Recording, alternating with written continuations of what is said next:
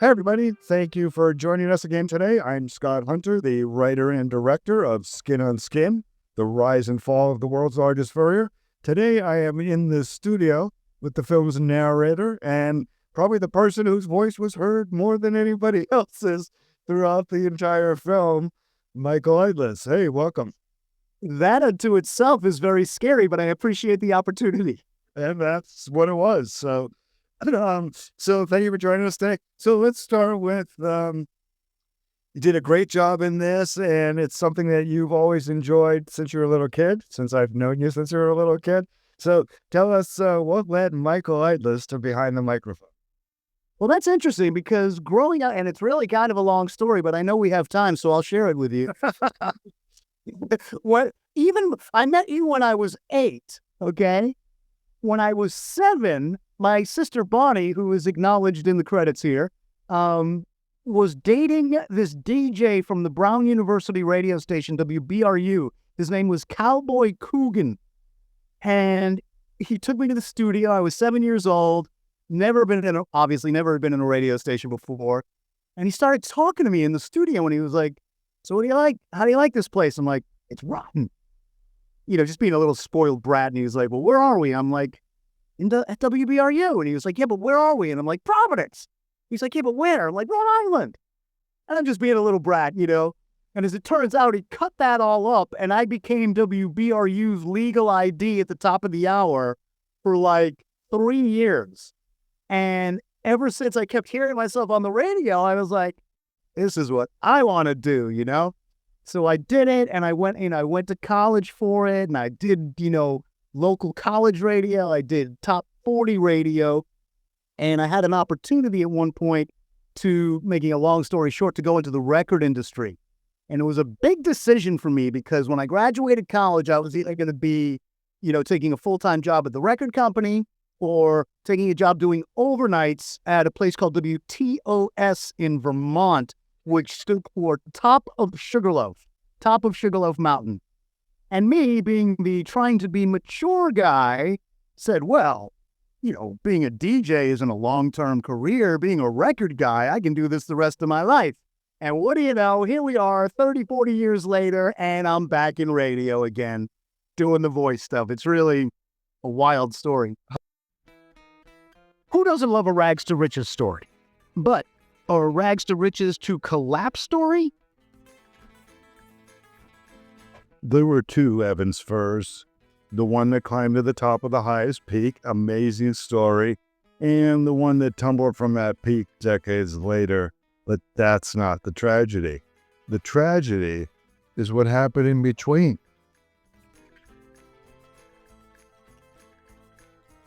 They lived the American dream, and they let a lot of people come in and live it with them.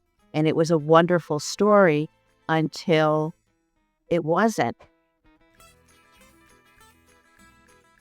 Coming from a generation that was so driven and willing to work 18 hours a day to be successful, there aren't that many people like that anymore.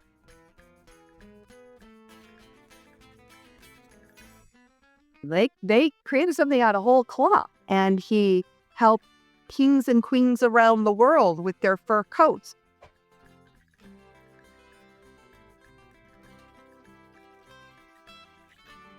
That was the era, I would say, the golden era of department stores and specialty stores.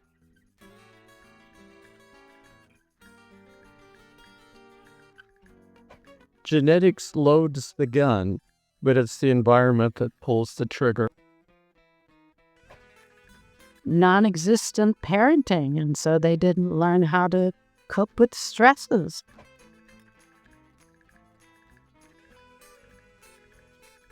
And I just look at the damage that my father created and the things that he has said. But it certainly caused a significant rift in the family and families, and a number of us didn't communicate with each other for a long time. You marry into the family, you marry into the business, because that is your life. Clearly, there were problems.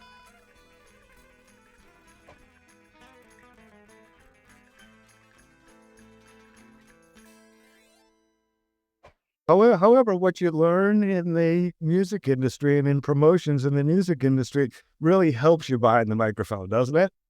Very much so, because my job was getting records played on the radio. So my job all day, every day was talking to radio, visiting to radio, listening to radio. And I really, got a broad national perspective of, how to be good on the air.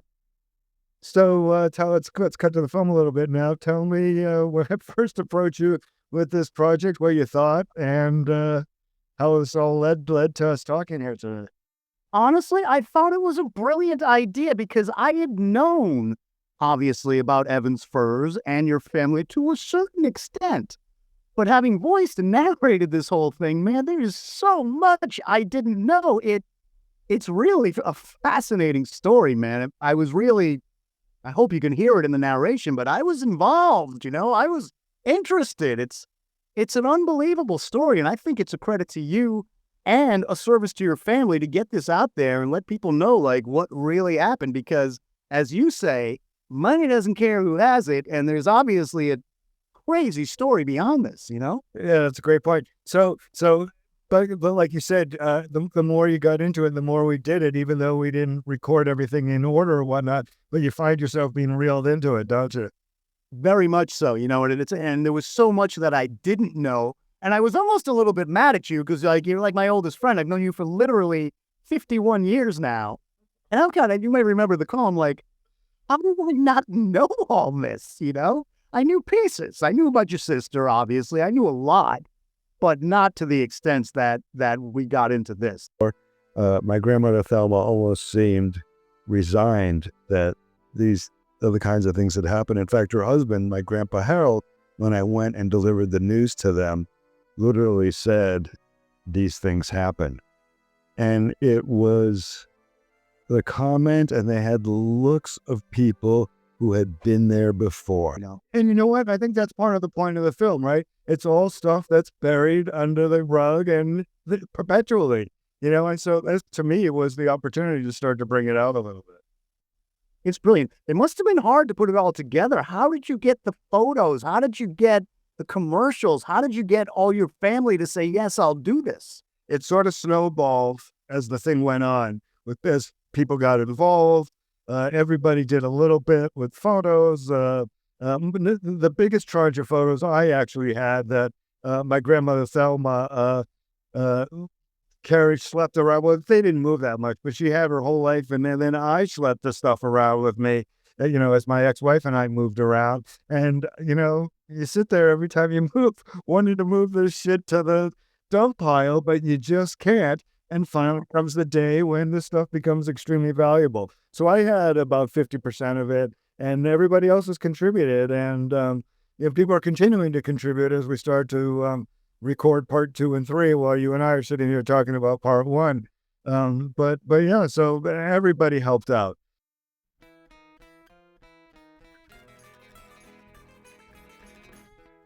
Julius and Rose Meltzer went forward with the belief that their son's death was an accident, and this setback rocked the family during a time when brother A.L. and Herman's Evans Furs was skyrocketing to the top of the industry.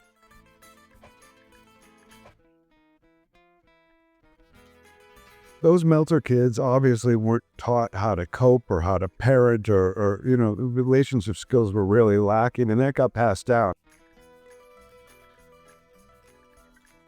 DNA really plays a role in any, in anyone's well-being. All I know is that he had a photographic memory. He was brilliant, and the family loved him. So she was always, I was her little doll. She loved, but she was very interesting and fun and vivacious.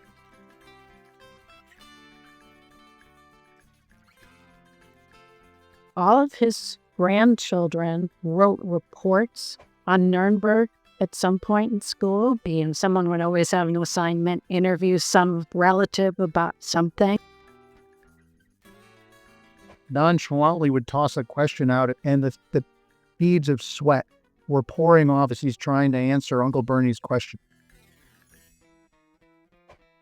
A lot of people live in fear that, oh my God, is that going to happen to me? In the end, a lot of people got hurt. A lot of customers got hurt because their coats weren't there. And, it was just a bad thing. Not for nothing, we were supposed to be life. You know what I mean? We were following, that suit. I'll never forget it. He's heard this dinosaur, toy dinosaur on the table. And he says, this is what Evans is. And you know what happened to these dinosaurs? That wasn't what the legacy that he wanted for himself. He didn't want to wake up and smell the coffee. So he just, he did the things that he enjoyed doing.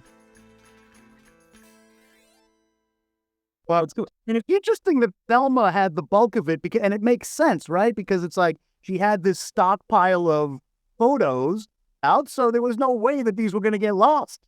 Right. And she's the pseudo mother of them all. So, she Right. what she had from her parents and from her, so she had letters that you see in the film. She has photos that nobody else in the family has. Some of the famous photos, like of her brother with Yitzhak Rabin and David Ben Gurion and the Duchess of Windsor, and crazy things for back then. So, but like I said, I don't mean to interrupt you, but that was the other thing. I didn't really recognize Evans as an international brand. I knew it was a heavy national brand, but when I start seeing pictures of duchesses and all these people from overseas, it's like, this was really like an international phenomenon. A.L. and his brothers and my grandmother and the family, they created something out of nothing. They created something out of whole cloth. And it went a public company, and he helped kings and queens around the world with their fur coats. Part of it is, as they became the largest in the U.S., that started to have heft around the country, like in a lot of businesses. So let me ask you. So you came up with a couple of things that actually ended up in the film too. As we got into the middle of the filming of something out of the blue one day, you tell me this story about my grandfather that I didn't know happened from my wedding. From Harold. Yeah. Oh, yeah, it's beautiful. I'm flying across the country by myself for the first time, but the coolest part was that it was my first manicure, and I did it with Harold. And I'll never forget, when the lady got to me, she was like, what do you want? I was like, I don't know, short and round? And by the way, that's how I've been doing it for my entire life, okay? Short and round, thanks to your grandfather, Harold Sussman. So he sits down and he goes, short and round. And I was like, what does that mean? And he was like, son, when you get a manicure, you want your nails to be short and round. If you're doing your toes, you go straight across. But if you do your fingers, it's short and round. That's great. Did he pick up the tab that day? He did pick up the tab. He did. Like I could have afforded a manicure, right? In San Francisco, of all places. Yeah, no, that was like, when you told me that was something I had never known of or heard before. So that's like the kinds of discoveries that I made throughout the whole process from everybody of, like I've said in other of these podcasts, of things that I thought I knew and found out that I only kind of knew. And I bet you that's what it would be like with all of us if we went back and really examined our family the way I did. No, it's amazing. Can I ask, what inspired you to do this? I don't know. Well, actually, I do know. I have written a screenplay, fictionalized, based on this whole story. And I completed the screenplay, and I started to embark upon, okay, how do I, as a first-time writer, figure out how to go getting this thing produced? And somebody in Hollywood who I was connected referred to through somebody, said to me, everybody in the business now, they want you to have source material for these projects, which basically means write a book. And I did not want to write a book. So I said to the guy, I don't want to write a book. I said, how about if I do a documentary? And he said, that would work. And that's kind of what started me thinking about it. And then I put it down for a little bit, and I was watching, I think it was the Screen Actors Guild Awards in 2023. And just, that was the year, I remember that was the year Jennifer Coolidge won for the White Lotus stuff. And she was 60-something, about where I am, and talk about, finding herself again in acting and in her career at this age. And I was like, you know what? I want to go do something, eat that story. And that's sort of what led me down that road. That's really cool. I actually went to college with Jennifer Coolidge, believe it. Oh, really? That's your husband's your that on side. Was that? She was one going. She was always like that, though. Like the character in White Lotus, like that's pretty much her. Yes, definitely. And that's who she is, right? So it really is, and it wasn't a far stretch for her, that's for sure. No, but still great in that and Legally Blonde. I mean, yeah, what a great character actor. So anyway, so that's what set me off on the path. And then I started asking family members about it.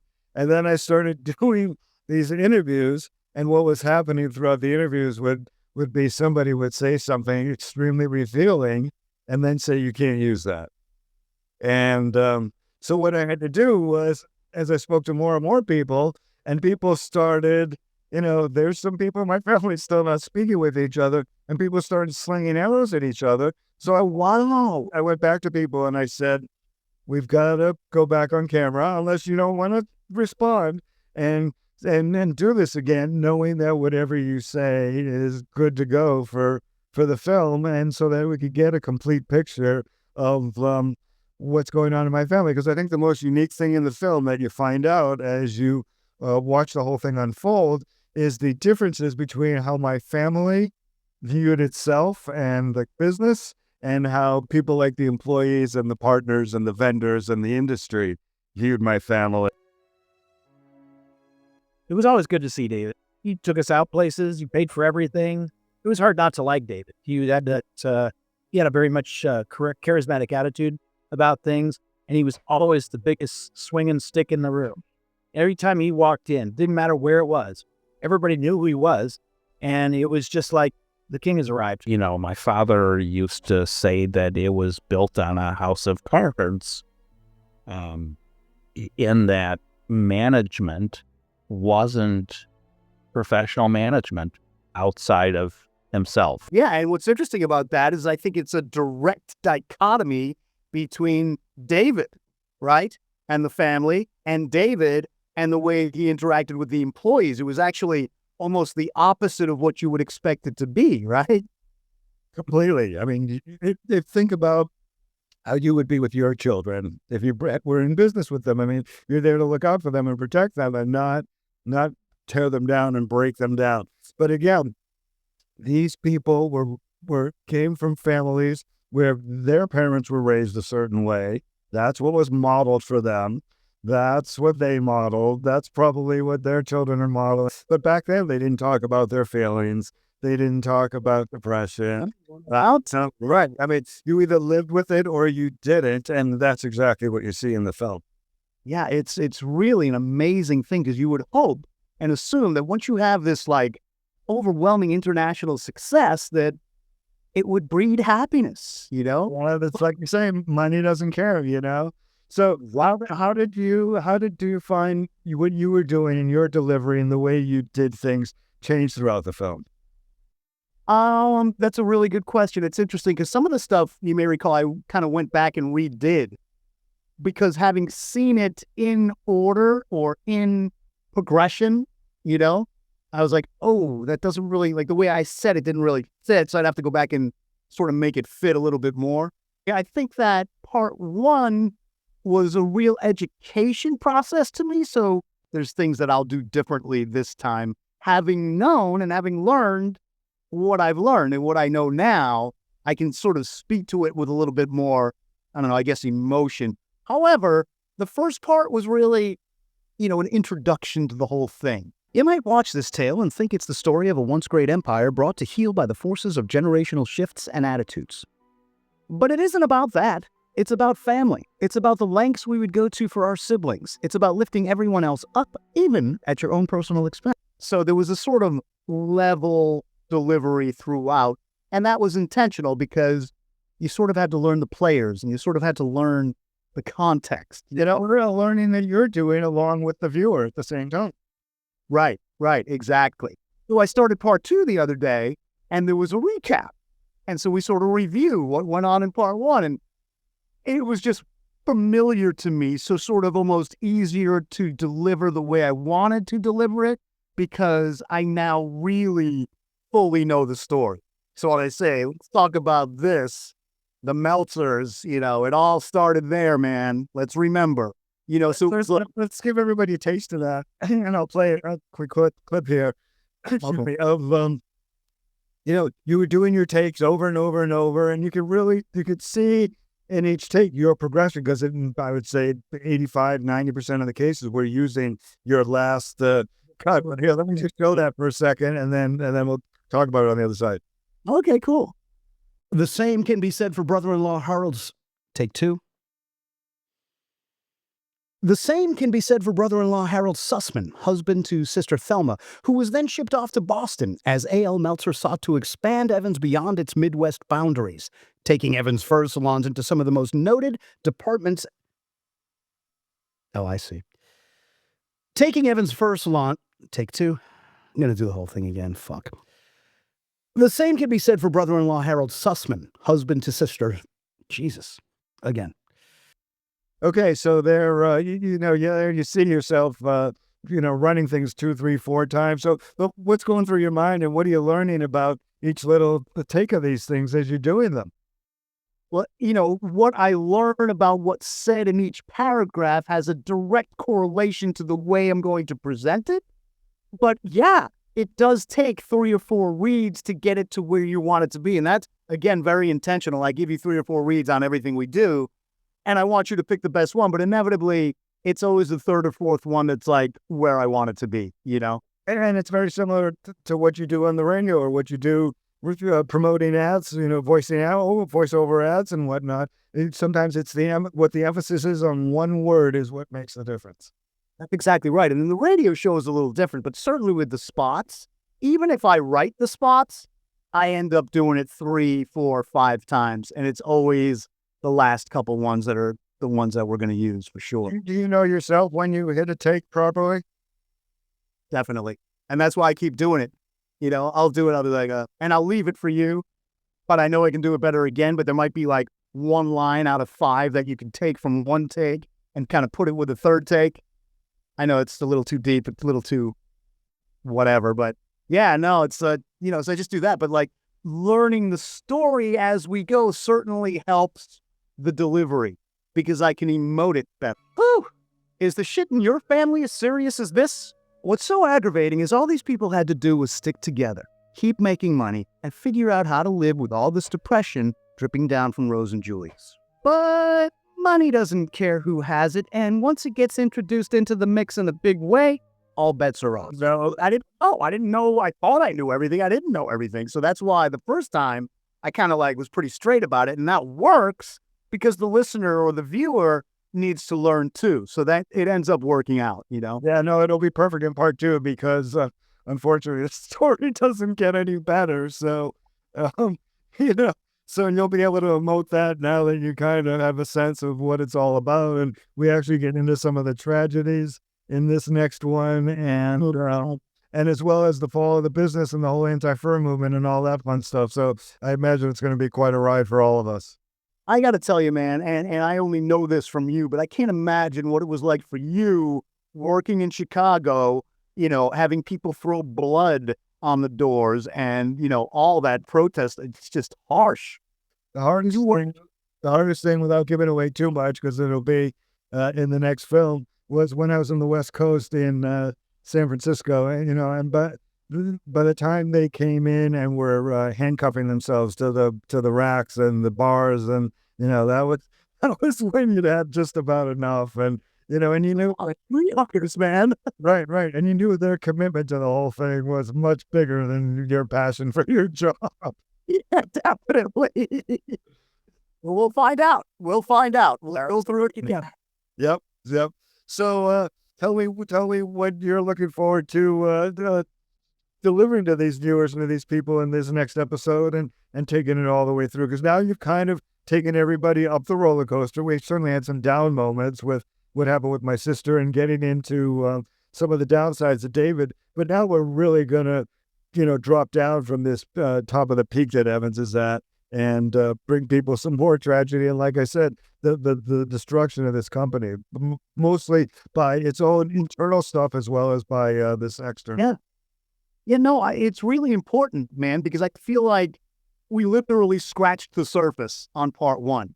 You gave an overall sort of view of what it was and what happened to a certain extent. Now we get a little deeper. Now we, as Paul Harvey said, now we get to hear the rest of the story, And it's important because we weren't done in part one. Definitely not.